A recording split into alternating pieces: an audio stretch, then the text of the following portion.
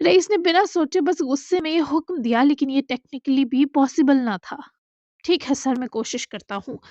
یاسر نے اسے جھوٹی ہی تسلی دی، جس کے بعد رئیس اپنی گاڑی میں سوار ہوا اور گاڑی سٹارٹ کر کے لے گیا، جبکہ یاسر نے بھی گہرا سانس بھرتے اپنا فون نکالے کسی کو کال کی، شاید اپنے لوگوں کو کام پر لگنے کا کہا تھا، جبکہ دوسری جانب منائم اور مہویر کو واپس پہنچتے 2 بج چکے تھے، لیکن وہ اسے اپنے اپارٹمنٹ نہیں لایا تھا۔ وہاں تو وہ عام شہری بن کر رہتا تھا۔ وہ منائم کو اپنی ہائی پروفائل شخصیت یعنی ولف کے انڈر گراؤنڈ گھر لایا، اور یہ اس گھر کے زیر زمین بنے کمپلیکس کا حصہ تھا۔ وہ یہاں گھر میں آنے سے اس نچلے کمپلیکس تک آنے تک حیران و پریشان ہو چکی تھی۔ ولف ہاؤس آبادی اور شور شرابے سے دور سنسان جنگلی جگہ پر بنا اس کے لگائے کیمروں کی نگرانی میں تھا۔ اس کا سافٹ ویئر اسٹوڈیو بھی اسی ہاؤس میں تھا۔ گھر کے نیچے خفیہ تہخانے کی ساؤنڈ پروف دیواریں اسے محفوظ بناتی تھی۔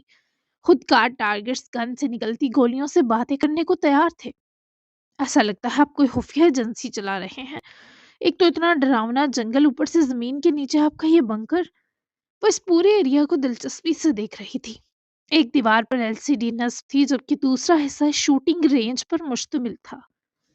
میرا اسٹوڈیو ہے یہ، خفیہ گیمنگ ٹیکنیشین سمجھ لو مجھے، تو میں یہاں کچھ نیا سکھانے لایا ہوں۔ وہ اس کی دلچسپی بڑھاتا آگے ریک کی جانب بڑھا تو وہ بھی پیچھے ہی لپکی۔ پیار کرنے اور پیار وصولنے میں تو میں پرو پلیئر ہوں، پھر ایسا کیا سکھانے والے ہیں آپ مجھے؟ وہ متجسس تھی، آخر اب وہ اسے کون سی کلاس دینے والا ہے؟ مگر منائم نے اس کے پلٹنے پر مہویر کے ہاتھ میں پسٹل دیکھی تو خوفزدہ ہو کر 2 قدم دور ہٹی۔ گن چلانا سیکھو، کل کو میرا دفاع کرنا پڑے گا، شاید میری حفاظت بھی کرو، یا شاید…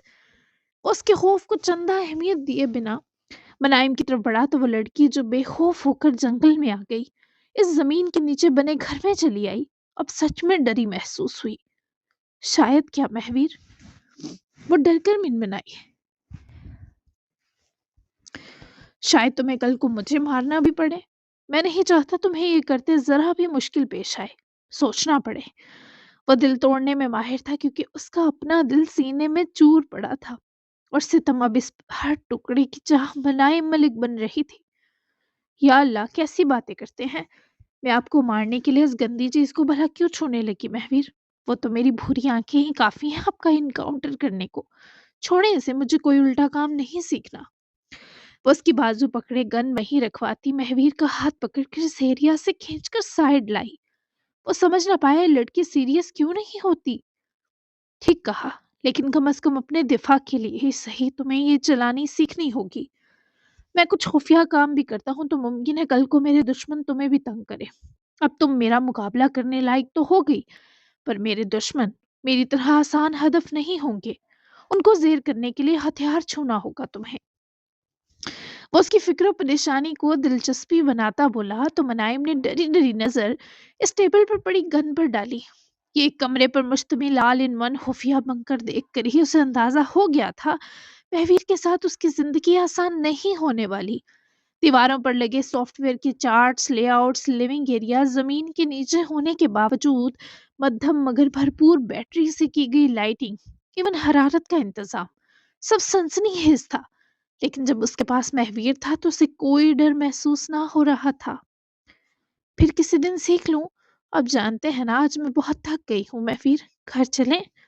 وہ اس کے دونوں ہاتھ تھامے یہاں مزید نہ رکنے کی ریکویسٹ کرتی نظر آئی تو مہویر نے سر اس بات میں ہلایا۔ جیسا تم کہو، چلتے ہیں، سوچا تمہیں تھوڑا خود سے ملواتا چلوں، تبھی لایا یہاں۔ وہ اس کی بات فوراً مان گیا۔ اس پر وہ خوش تو تھی، پر اس ماحول سے خوفزدہ بھی نظر آئی۔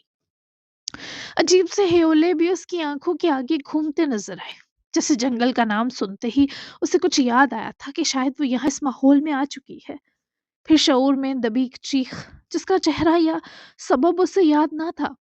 وہ مہویر کو یہ بتانا چاہتی تھی، لیکن اسے مناسب نہ لگا۔ وہ مہویر کی خود پر جمی محبت بھری نظروں کو متاثر نہیں کرنا چاہتی تھی۔ مزید آدھے گھنٹے تک وہ اپارٹمنٹ پہنچے۔ نیند تو دونوں کو شدید آ رہی تھی۔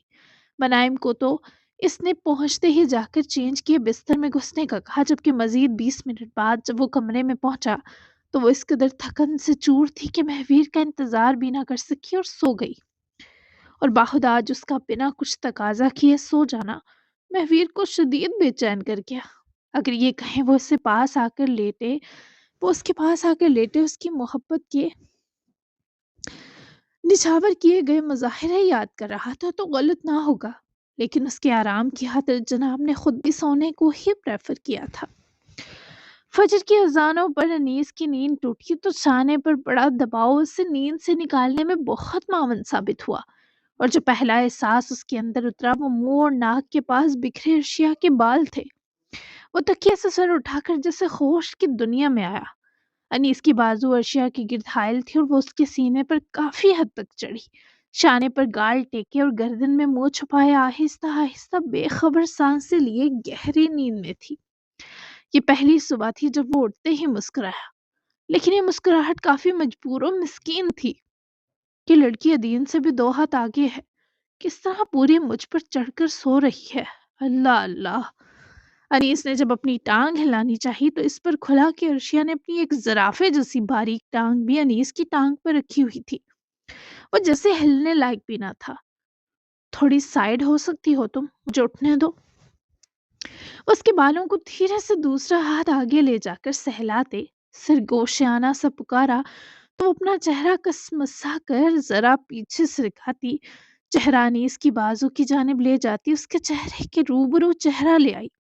سونے پر سہاگا کی یہ کرتے ہی اسے کسی شدید اضطرابی کیفیت نے ہاتھوں پر اٹھایا۔ وہ آنکھیں کھول کر انیس کو دیکھنے لگی۔ لمحہ لگا اس کی ہوش و خواص لوٹنے میں، اور جب معلوم ہوا وہ اس کی کس قدر نزدیک ہے تو اٹھ کر کوہنی کے سہارے جھکی۔ تم کیا کر رہے ہو میرے اتنے قریب؟ وہ بادہ شرمندگی کا احساس گھیرے وہ فوراً سے الزام انیس غانم پر دھر گئی۔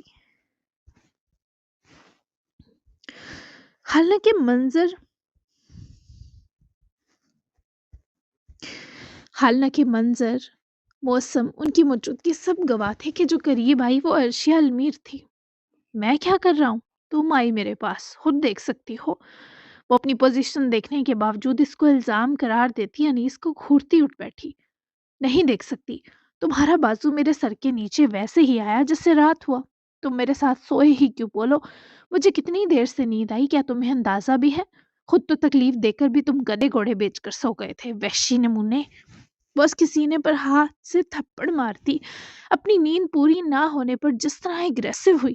انیس نے بروقت اس ظلم و تشدد سے بچنے کو اس کی دونوں کلائیوں کو اپنے ہاتھوں میں بھرا، جس سبب وہ انیس کے چہرے پر جھک گئی۔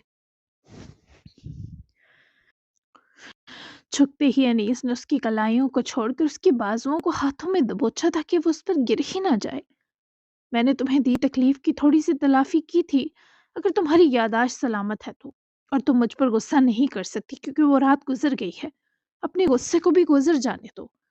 ورشیا کو واقعی اپنی مرضی سے جلانا چاہتا تھا کیا، کہ وہ ہنسے بھی اس کے ساتھ اور روئے بھی اس کی مرضی سے؟ کیسے گزر جانے دوں؟ تمہیں اندازہ بھی نہیں تم نے خود پر فدا ارشیا کیسے گزری رات میں کھو دی انیس خانم۔ اب تم وہ لڑکی کبھی نہیں ڈھونڈ سکو گے جو تم سے جذباتی طور پر کنیکٹ ہو گئی تھی، جس کو تمہاری تکلیف درد پہنچاتی تھی۔ میں حیران ہوں کہ تمہیں اپنے اس نقصان کا ذرا افسوس نہیں۔ نادم ہونے کے بجائے اکڑ کر حکم دے رہے ہو مجھے، یا پھر شاید مجھے کھونا تمہارے کسی قسم کے نقصان میں آتا ہی نہیں ہوگا۔ ٹھیک کہہ رہی ہوں نا؟ وہ یوں سال کی پہلی صبح ہی انیس سے اتنی دکھی ہو کر اٹھے گی اسے اندازہ نہیں تھا۔ وہ اس کی غلط فہمیوں کو سن کر پتھرا سا گیا۔ وہ اس سے بھلا کیسے ایک انکار پر کھو سکتی ہے؟ جتنا وہ ارشیا کو جانا تھا وہ تو چونٹی کی تکلیف بھی نہیں دیکھ سکتی تھی، پھر اتنا بڑا دعویٰ کیسے کر گئی؟ میں نے تمہیں نہیں کھویا۔ وہ بھی اتنا ہی بولا کہ وہ اس کے چہرے کے قریب ہی وحشیوں کی طرح ہنسی کہ جناب کتنی بڑی خوش فہمی میں گرفتار ہیں۔ ویری فنی انیس، تم تو بڑے مزے کے جوک مارتے ہو۔ نہیں کھویا تم نے مجھے، تو پھر اپنے لیے مجھے تڑپا کر دکھانا اب۔ میں بھی یہی ہوں اور تم بھی۔ تمہیں یہ سب مذاق لگ رہا ہے؟ تمہیں اندازہ ہی نہیں تم نے اپنے لیے میرے دل کے آگے کتنا بڑا پتھر رکھ دیا ہے۔ وہ اسے دھمکا رہی تھی، اور انیس کو ڈر بھی لگ رہا تھا۔ اس لڑکی کو کھونا یعنی زندگی کھو دینے کے برابر تھا۔ یہ پتھر تمہاری بھلائی کے لیے ہے، تم سمجھ جاؤ کہ یہ بات جلد، لیکن وہ مت کہو جو کبھی سچ نہیں ہو سکتا۔ میں تمہارا بہت خیال رکھوں گا کہ تم مجھ سے اپنی ناراضگی جلد ختم کر دو گی۔ وہ اس کے الفاظ، اس کے یقین اور نرم گو الفاظ کی حدت میں ایک بار پھر غصے اور تکلیف سے لا تعلق ہوتی محسوس ہوئی۔ کیوں ہٹانی ہے تمہیں یہ ناراضگی جب ہمارا راضی رہنا بھی ہمارے حق میں نہیں ہو سکتا؟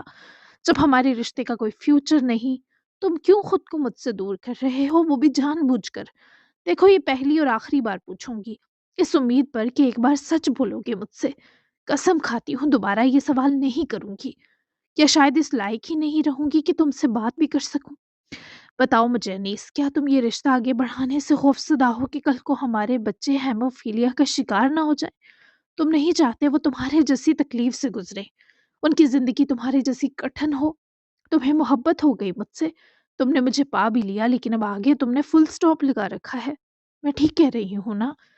وہ اس کے لفظ لفظ پر جیسے تڑپ اٹھا تھا۔ یہ لڑکی کیا اس کے اندر رہتی تھی؟ اس لڑکی نے تو انیس کی ہر سچائی پوری شفافیت سے اس کے سامنے رکھتی تھی۔ انیس نے انہیں بازوؤں سے دبوچتے انیس نے اسے انہیں بازوؤں سے ہاتھوں کے سنگ سخت دبوچتے خود پر سے ہٹا کر میٹرس پر گراتے جھٹکے سے منتقل کیا، اور انیس کے ایسے ہی فرار کو امید کر رہی تھی۔ بھاگ جاؤ انیس، تم میری ہر امید پر پورے اترتے جا رہے ہو۔ تالیاں بجانے کا دل چاہ رہا ہے تمہاری اس خاصیت پر۔ ووٹ کر لحاف ارشیا پر پھینکتا، شرٹ کی سلوٹیں جھاڑتا ہوا خاموشی سے واش روم کی طرف جا رہا تھا، پر ارشیا کے اس طرح زج کرنے پر وہ دروازے کے پاس جا کر رکا۔ بجا لو تالیاں، لیکن اپنا بیچ میں دماغ رکھنا مت بھولنا، اسے ہوش کی ضرورت ہے۔ تمہارے پاس یہ سب سوچنے کے لیے بہت وقت ہوگا، لیکن میرے پاس ایسی کوئی ایبلٹی نہیں کہ تمہاری بنائی فرضی کہانیاں سن کر ان کا جواب دوں۔ تم مجھ سے ناراض ہی رہو، واقعی یہی ہمارے لیے بہتر ہے۔ وہ اس پر خواہ غصہ ہوا، شاید اس لیے کہ ارشیا نے اس کی ساری دکھتی رگیں چھیڑی، کیا سیدھی سیدھی نوچ دی تھی۔ آر یو شور؟ میرے ناراض ہونے کو باقی دیکھنا چاہتے ہو؟ کیا تم میں اتنی ہمت ہے کہ محبوب عورت کی پھیری نظریں برداشت کر سکو، اس کا لاپرواہ ہونا سہ سکو، اس کی فکر و نرمی ختم ہوتی دیکھ سکو؟ بولو، اس پر مرو گے نہیں، گارنٹی دو۔ میں تمہیں بتاتی ہوں، پھر جب ایک عورت روٹتی ہے تو اس مرد کی بنیادیں کیسے ڈگمگاتی ہیں۔ تمہاری یہ اکڑ، یہ غرور سب حق میں مل جائے گا۔ بولو نا، ہے تم میں اتنی طاقت؟ ہو تم اتنے مضبوط کہ ارشیا المیر کی توجہ کے حصار سے نکل کر سانس بھی بھر پاؤ؟ ووٹ کر میٹرس پر پیر رکھتے کھڑی ہوتی، اس آدمی پر قہر کی طرح دھمکیاں برسا رہی تھی۔ صبح کے مبارک وقت یہ لڑکی کیا ہول فول بول رہی تھی، جبکہ انیس کی ہارٹ بیٹ تو اس پر رکی کہ وہ خود کو محبوب عورت مان گئی۔ یعنی کب اسے انیس کی محبت کا اتنا قوی احساس ملا، کب وہ اتنی پر یقین ہوئی کہ وہ اس کا سب کچھ بن چکی ہے؟ اس پر تو انیس قربان ہی ہو گیا۔ پلیز مجھ سے ایسا ناراض مت ہونا، میں واقعی مر جاؤں گا۔ وہ اسے کہہ نہ سکا، پر اس کا ہاتھ نرمی سے اپنے ہاتھ میں دبا کر اپنی طرف کھینچے، اسے آہستگی سے اٹھا کر بیڈ سے نیچے اتارتے اپنے سامنے لا کر کھڑا کیا تو غسیل صاحبہ کا غصہ جھاگ بن گیا۔ تم نے ابھی یہ سب جو کہا، یہ کسی سفاک وحشی اور جلات پر فٹ بھی بیٹھتا، پر تم پر کوئی مجھے $1,00,00,000 بھی دے تو میں نہیں مانوں گا کہ تم ان میں سے کچھ بھی کر سکتی ہو۔ اس کا یہ مطلب نہیں میں تمہاری کسی کمزوری کا فائدہ اٹھاؤں گا۔ میں بس اتنا چاہتا ہوں تم ان میں کچھ باتوں پر فوکس کرو اور زیادہ کو بھول جاؤ۔ وہ اس کی غصے سے لال پڑتی گال پر اپنے ہاتھ کی پشت پھیرے، اس کے غصے کو بہت نرماہٹ لیے سرد کر گیا۔ فوکس کن باتوں پر کرنا ہے اور بھولنا کس کس بات کو ہے؟ وہ ابھی تک روٹھی تھی، انیس کا ہاتھ بھی چھٹک کر اپنے ظالم ہونے کا ثبوت دے گئی، اور یہ زخمی والا ہاتھ ہی تھا۔ فوکس اس پر کرو کہ تم لڑتے ہوئے اس وقت مجھے کیسی لگ رہی ہوگی۔ سوچو، میں جاؤں اب؟ وہ ذرا پیچھے ہٹے اجازت طلب ہوا تو وہ منہ پھیر گئی۔ جاؤ، کیا میرے سگنیچر چاہیے تمہیں ٹوائلٹ یوز کرنے کے لیے اب؟ وہ گندی بچی بن کر بھی شدید کیوٹ ہو رہی تھی۔ انیس کیسے اپنی مسکراہٹ چھپائے؟ ظاہر کر دیتا تو وہ بھڑک جاتی، یا سمجھتی کہ وہ رات کی طرح اسے چھیڑ کر مزے لے رہا ہے۔ کیا تم چاہتی ہو میں تمہیں بھی ساتھ لے کر جاؤں؟ وہ اس کی ناراضگی کی اصل وجہ سمجھنا نہیں چاہتا تھا، اور الٹی بات کرے ارشیا کو استغفار کرنے پر مجبور کر گیا۔ توبہ توبہ، جاؤ جان چھوڑو میری۔ وہ تیزی سے سائڈ ٹیبل تک گئی اور اپنا فون اٹھا کر اس سے پہلے کمرے سے نکل کر بھاگتی، وہ پیچھے سائے آیا اور ارشیا کے پیچھے پہنچ کر دروازے پر ہاتھ رکھ گیا، جس سبب وہ بنا پلٹے پیچھے گردن گھما کر اسے گھوری۔ سنگل شرٹ اور پاجامے میں باہر جاؤ گی کیا؟ کچھ اور لو، مت بھولو یہاں ڈبل ٹھنڈ ہے۔ وہ اس کی فکر پر پلٹ کر انیس کے سینے پر ہاتھ رکھ کر اسے پرے کر گئی، گرے آنکھوں سے دھواں چھوڑ رہی تھی۔ تمہیں نہ اوڑھ لوں؟ ویسے بھی سویٹر، کوٹ اور شال جتنا مل کر ہیٹ دیتے ہیں، اس سے دگنی تپش والی آگ تو تم نے میرے اندر لگا رکھی ہے۔ آؤ تمہیں اوڑھ لیتی ہوں، پھر میں سائبیریا بھی جا سکتی ہوں اس سنگل پجامے اور شرٹ میں۔ کیسا آئیڈیا ہے؟ وہ اس کی طرف دیکھتی اس کے سینے پر سے شرٹ پکڑ کر مٹھی میں دباتی ٹھیک انیس کے منہ کے پاس جا کر اس کی مسکراتی بدتمیز آنکھوں میں دیکھ کر بولی پوری آگ ہو رہی تھی یہ خاتون۔ مجھے مت توڑو، میں سلیقہ مند نہیں ہوں ابھی کہ تمہیں شدتوں سے بچا سکوں۔ ایسے تازہ تازہ پاپ کارن کی طرح پھولا منہ لے کر جاؤ گی باہر؟ وہ اس کے چہرے کو دونوں ہاتھوں میں بھرتا دیکھ رہا تھا کہ کہیں آگ چہرے پر بھی اثر انداز نہ ہو تو معلوم ہو اس کے گال بھی گرم ہو رہے تھے اور گردن بھی۔ تمہیں کیا میرے پھولے منہ سے کیا مسئلہ ہے؟ میرا منہ ہے اسے پھلا کر جاؤں یا سکا کر؟ تم ہوتے کون ہو ایسے جھوٹی فکریں جتا کر میرا چہرہ چھونے والے؟ ہسبینڈ کی طرح بہیو مت کرو۔ وہ اس کے دونوں ہاتھ پکڑ کر دور کرتی اس وقت ہرگز بھی سکون میں نہیں آ سکتی تھی۔ رات تو سو گئی پر آج انیس کا دن بھاری بنانے کی قسم اٹھا چکی تھی۔ انیس نے کبڈ کھول کر وہاں طے ہوا براؤن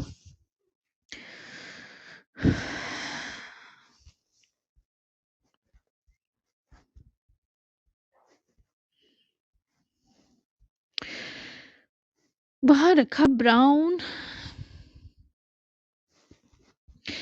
کارڈیگن نکال کر ارشیا کے لاگ جھٹکے کے باوجود اسے پہنا کر ہی دم لیا تھا۔ لاگ جھٹکنے کے بھی پہنا کر ہی دم لیا تھا۔ مجھے کسی بھی طرح بہیو کرنے کی ضرورت نہیں، میں ہسبینڈ ہی ہوں تمہارا۔ اب جاؤ اور ٹھنڈا پانی پینا پہلی فرصت میں۔ وہ اس کے لیے خود دروازہ کھولتا ارشیا کو راستہ دکھائے خود واش روم میں چلا گیا۔ دروازہ بند کرتی وہ باہر آئی تو اس کے ہونٹوں پر مسکراہٹ تھی۔ صبح بخیر ارشیا۔ ارشیا نے اپنی مسکراہٹ فوراً چھپائی کیونکہ ادین کو اس وقت فجر کے ٹائم اس نے اٹھا امید نہیں کیا تھا۔ ادین کیا ہوا بچے، تم اتنی جلدی کیوں اٹھے؟